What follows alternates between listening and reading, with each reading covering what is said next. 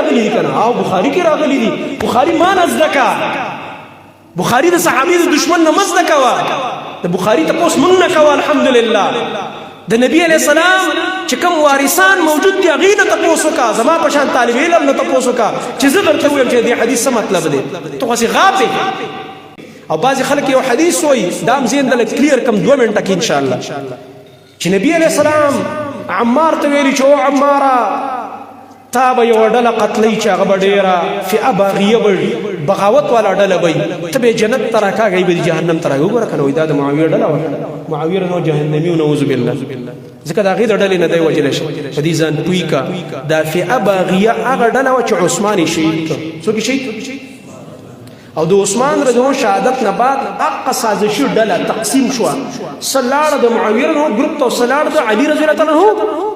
او دوانه به د یو بل خلاف لمسول او جنګول به دا فئه باغیه صرف د معاویه رضی الله ګروپ نه دی دا دوانو کې تقسیم شو او دوی دوانه به جنګول دا اور بیا چا مړ کړو د علي رضی الله عنه بچي حسن رضی الله عنه چې د معاویه رضی الله سره څه وکړه صلح یې وکړه څه وکړه یو حدیث وی او بل باندې خپېږي نبی علیہ السلام بچی راغی حسن خطبه کوي بیان کوي نبی علیہ السلام په منبر تشریف فرمایي نبی علیہ السلام د خپل بچی ته اشاره کوي دا نو سیتم خلک بچي و ان ابني هذا دا بچی مې نه دی حسن دا بچی دا به یو وخت داسې راځي دا به زما د امت د 2 مؤمنانو د ډلو په مابین کې صلح کوي نو نبی علیہ السلام دوه ډلو ته څه ډلې ویلې چا ډلې وته مؤمنان نو مؤمن الله جهنم ته ورځي د معاویه رضی الله عنه تم د مؤمنانو ډلې ویل د الله نبی او د علي رضی الله عنه تم څه ویل نور د هغې منځ کې چې شي په اجتهاد شوي دي خو شاته به ورته سازشونه د دیو هلته به علي رضی الله عنه سو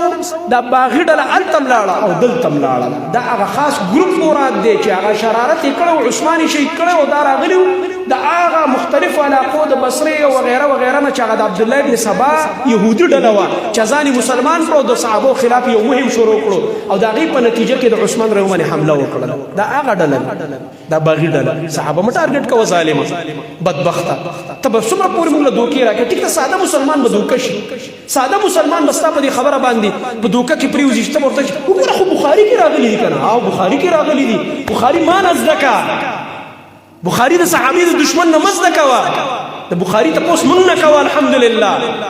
د نبی علیہ السلام چې کوم وارثان موجود دي هغې نه تپوس وکړه زما په شان طالب علم نه تپوس وکړه چې زه درته ووایم چې دې حدیث څه مطلب دی ته خو هسې غافې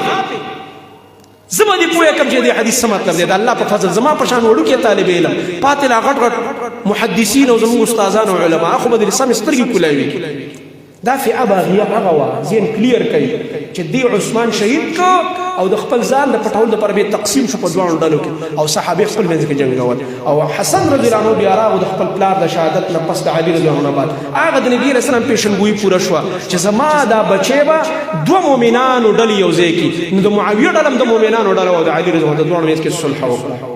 دې د خپل پلار طرف نماینده شو علي نو شهید شو دې مشر وکړه دې راولګېدو د خلافت نم دستبردار شو وایي زه د ځان نه معاویه غوره ګڼم اگر چې غوره دا دی